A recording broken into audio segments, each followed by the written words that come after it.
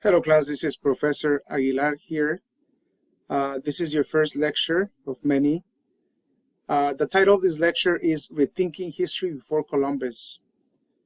And it's important to start with a lecture like this to understand what history is, how history is taught, how history is discussed, how history is investigated, and learned in a classroom like this.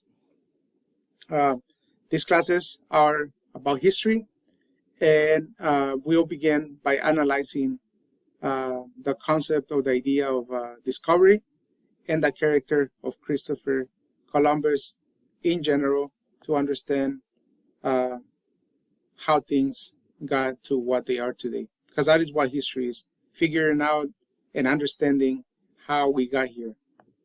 Okay? So, rethinking history before Columbus. So I have 3 questions posted here, and these questions should make us think about or rethink about history. So when does history begin? History, usually the way that you learn it today in classrooms in the Western educational system is that they began in the time when encounters happened between the civilized, in quotation marks, and uncivilized people, because usually the so-called uncivilized people do not have something written or record of their existence, of their culture, and the other group does. In this case, we're talking about indigenous people and Columbus, or the Spanish. History begins before that. For indigenous people, there is a concept called since time immemorial, meaning that it's so long ago that we do not remember how long ago something happened. So history begins since time immemorial for all people in the world, everyone in the world, in this case, indigenous people of the Americas.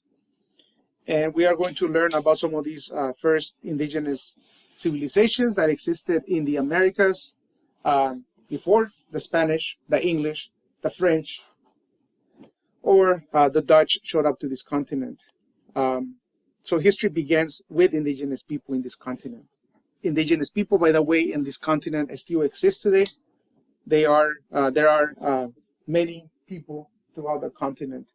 Mexico and Bolivia are the 2 nations that have the highest indigenous populations in the Americas per nation. So what is history? History is studying the past, interpreting the past with evidence, and also in this case using thinking outside the box to understand it. It's important to know who gets to write and interpret history. The way that we have a lot of things out there. For example, when you write a master's thesis or a dissertation, or you're doing a research paper, you have to use something that already exists. And unfortunately, a lot of information for indigenous people has been passed down orally.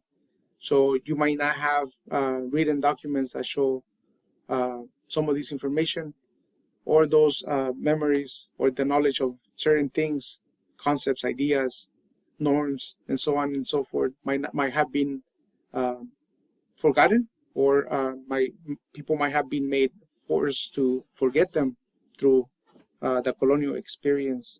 Or in some cases, the Spanish burned a lot of these documents. Not just the Spanish, but also other colonial powers have done that too. History is understood by many people as something like a coin. They talk about it as a 2-sided coin. Other people talk about history being not black and white, but there is a gray area in between. I like to think of history as this image that you see in this slide, a puzzle. Imagine a puzzle, a big, humongous puzzle with a flashlight. And the flashlight is the observer, your eyes, your mind looking at it, or the minds of intellectuals, historians looking at something like a puzzle like this. And the flashlight is giving us access, or is giving us our concentration into one area of this puzzle. This puzzle has pieces that might already have been lost forever, because of the memories of people and because of the history or the culture that has been already lost, or we haven't found those pieces yet.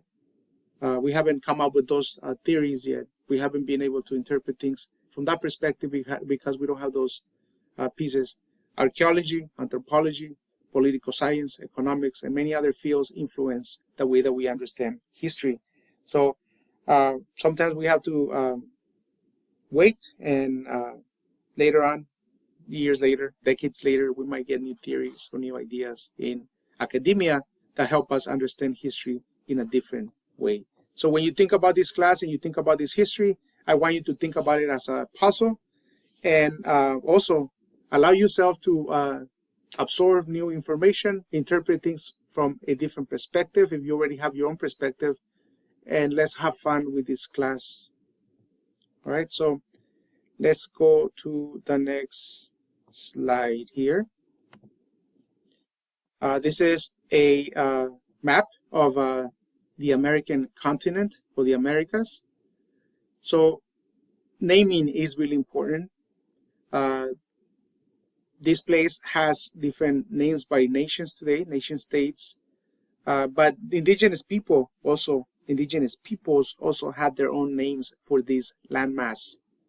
And it's important that we begin there and we acknowledge that. Right now, when you enter spaces, I'm sure you have seen something called land acknowledgements. And this is a first step to begin to acknowledge the original people of this land. So in this case, I am going to acknowledge the original people of this land and the way that they call, or the names that they call this landmass. We know it as the Americas, North, South, Central America, the Caribbean, and so on and so forth. But indigenous people have their own names. And I am going to go over 3 of them. There's a lot more. And I am going to briefly go over these ones. And again, I'm trying to get you to think outside the box and consider this new information added to your collection of information. And hopefully by the time you finish this class, you get to wear a different set of lenses to see the world.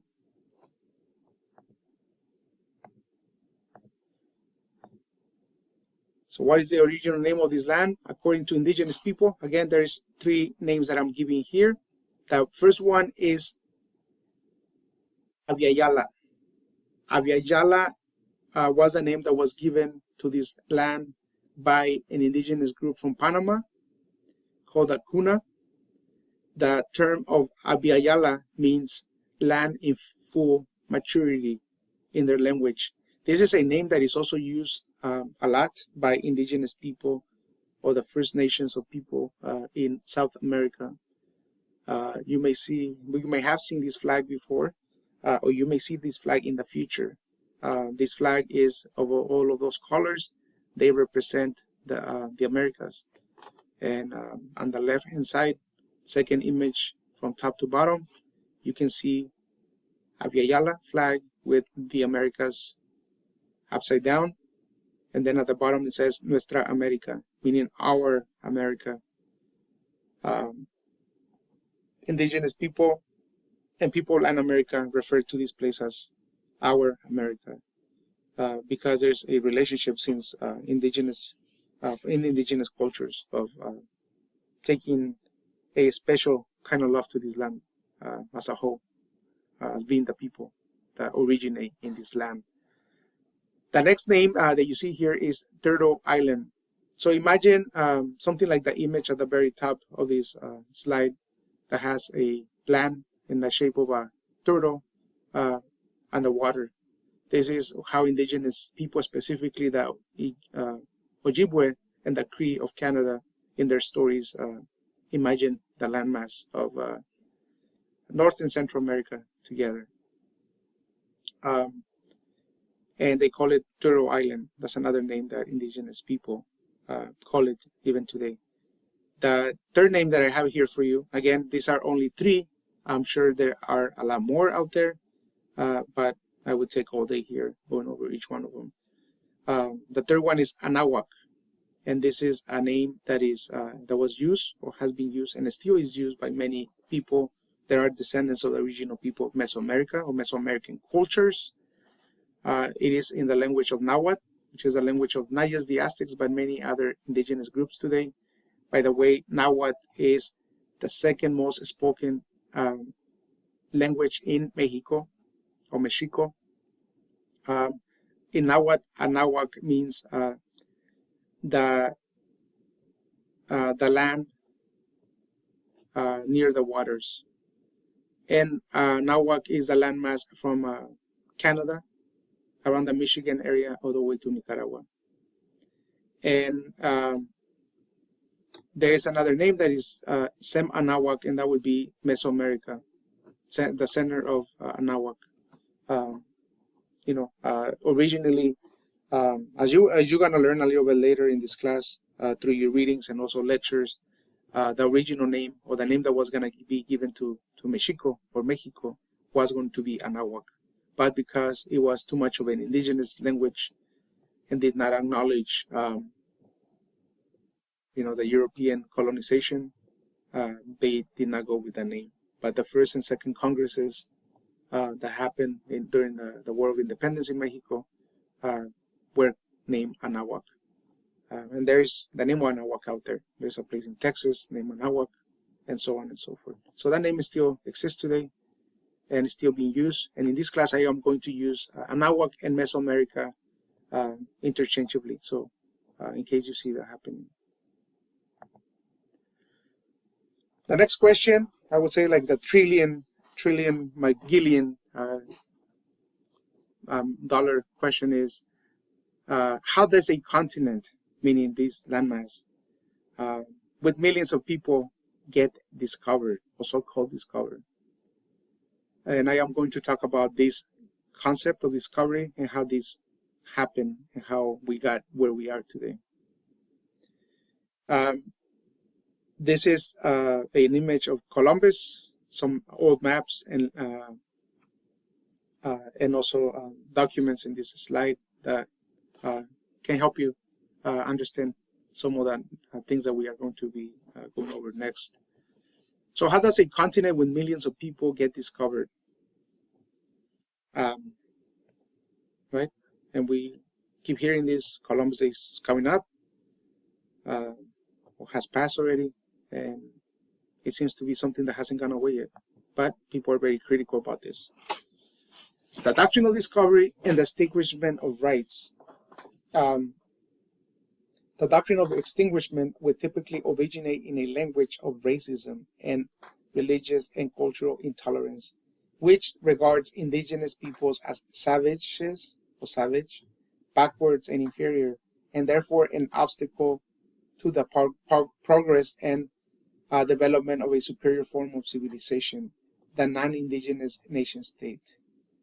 This is the way that a lot of nation states and societies and peoples see indigenous people today. An obstacle to progress. Until very recently, this has somewhat changed, where indigenous people are seeked for answers on global warming and other issues. But the doctrine of discovery is a central concept or principle that has over time extinguished or reduced the rights, the sovereignty, and power and influence of indigenous peoples in the Americas. Next slide is indigenous peoples' property rights. Under this principle, when colonization happened, the colonizing state, in this case Spain, Portugal, the Dutch, or the British, asserts the power to extinguish indigenous peoples' property rights in their traditional lands and the rights to self-determination in those lands. Under the doctrine of discovery, the state also has the power, in essence, to extinguish our languages and religions and even our existence by recognizing some and not recognizing other indigenous peoples as being indigenous. This is definitely something that is very applicable to the United States. If you ever get a chance to take Native American Studies courses, you are going to learn this whole process here and it goes beyond recognizing indigenous people. Something that has been very much in the minds of a lot of people in the media and other places in social media would be the issue of boarding schools and indigenous children who were forced to assimilate and in many cases killed or abused in many different ways. So the state, under the power of extinguishment, can even terminate the very act of recognition or in this case existence of an indigenous group if it so desires with impunity, because through this idea of the doctrine of discovery, they have the ultimate power to recognize or not recognize, to erase or terminate an indigenous group or people. And in the United States, we have indigenous nations that are federally recognized. There are indigenous nations that are state recognized, and there are indigenous nations that are not recognized at all. For example, we have a group here in locally in Oceanside called Luiseño Band of Mission Indians, who is very influential, but they do not have a land base, even though they do exist. And it gets very complex. Okay, some indigenous groups in Mexico have their land bases still under their control, or Indian reservations like the Yaqui or Yoreme, as they call themselves, or the other group is the cities, or Comcaac, as they call themselves. By the way, indigenous peoples have their own names that they use for themselves. So, for example, we have a group here in San Diego that you may know as the Diegueño, and this is they're called Diegueño because they relate them to the mission San Diego, but the name that they call themselves even to this day would be Kumeyaay, the Kumeyaay people, and they exist in northern Baja California, and they have their communities down there, and here in San Diego County. There are other indigenous groups in this area as well. Discovery and dehumanization. What has impacted and continues to impact indigenous nations and peoples is not so much the idea of discovery, but the centuries of treating that domination and dehumanization of regional free nations and peoples as legitimate. The doctrine of Christian discovery and dominance refers to the patterns of thought and dogma used to legitimize that domination over regionally free and independent nations and peoples.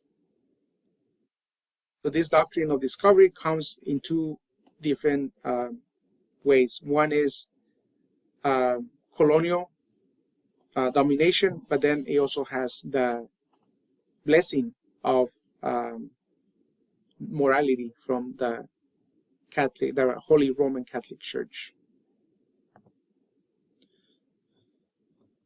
Okay, sorry, I'm messing up.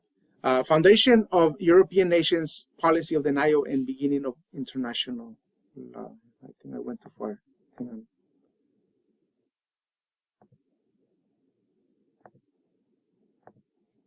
on. What has impacted and continues to impact indigenous people is this. The foundation of the European nations, policy of denial, and the beginning of international law. So it's important to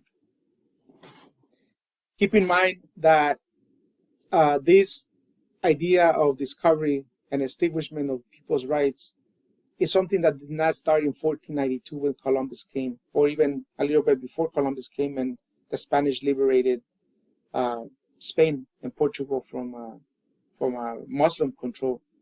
It is something that traces back all the way to a period of time in Europe of violence, religious, and I would say even racist intolerance between different peoples. This is the period of the Crusades. The Crusades began in 1095 when Pope Urban II issues an edict or a papal bull, pushes forward a policy, and at one point the Pope or the Roman Catholic Church had a huge influence over authorities around Europe, Christian authorities around Europe, because they were Christian, and they pushed forward this type of policies. So in the year 1095, Pope Urban II pushes forward something called terra nullius in Latin, meaning empty land. And this is where the doctrine of discovery comes from, okay? He gave that kings and princes of Europe the right to discover or claim land in non-Christian areas. This is what pushed for the Crusades. And the Crusades, again, was a very intolerant time versus non-Christians. This includes Jews, Muslims, pagan religions, or anybody that wasn't Christian or wasn't even believing anything, because if you did not comply or accepted Christianity, you could be a victim of this atrocious violence. So to them, other kingdoms in Europe that were non-Christian were up for battle and take over if these conflicts would be won by Christian kings. And later on, when the New World or the so-called New World comes into maps of Europe, European kingdoms, when they began the era of exploration and exploration and claiming these lands, the New World on paper to them becomes a place that is legally vacant. In Latin would be terra nullius or vacuum domicilium, meaning empty, even though there are millions of people living there. By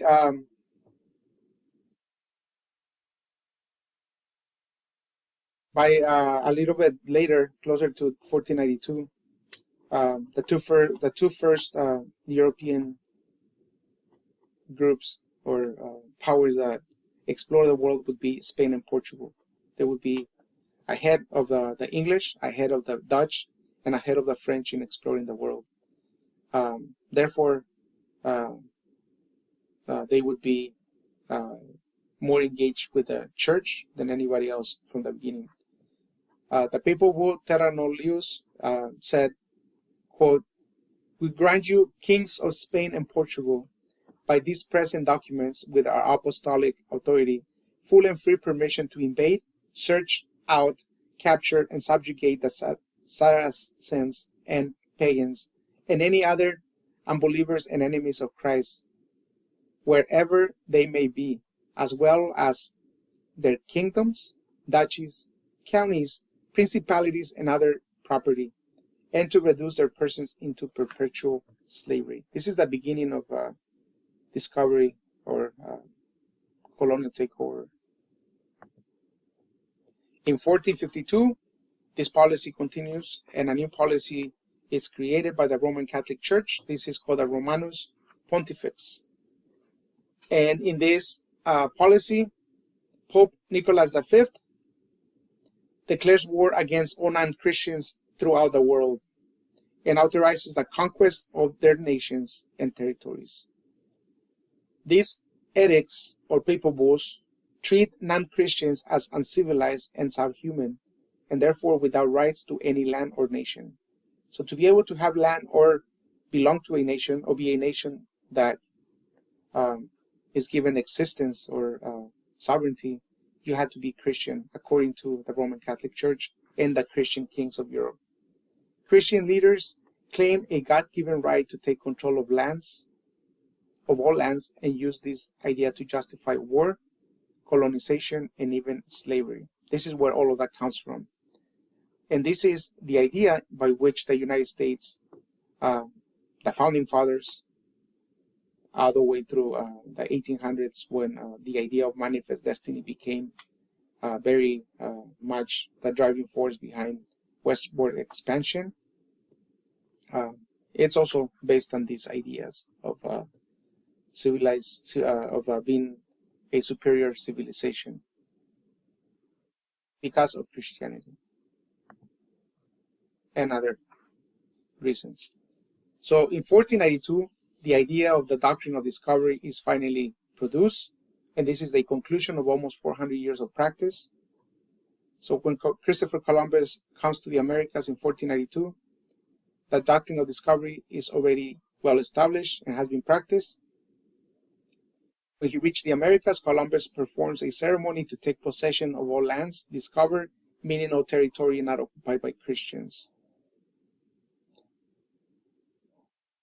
Think about this image and think about where you have seen an image like this before.